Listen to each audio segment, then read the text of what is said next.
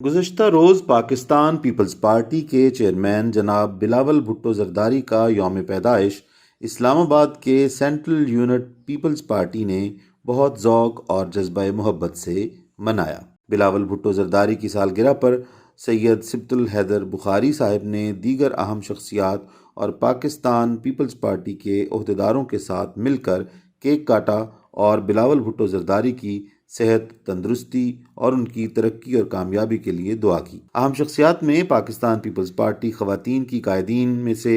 نرگس فیض ملک، ساجدہ نصیر، عظمیٰ وسیم، ندا نذیر کے علاوہ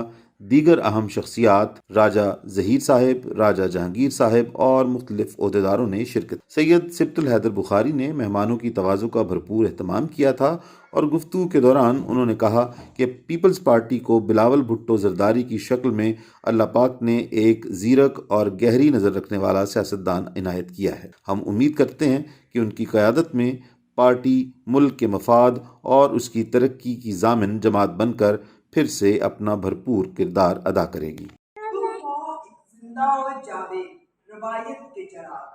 تم کوئی شام کا سورج ہو کہ ڈھل جاؤ گے، جیے بھٹو۔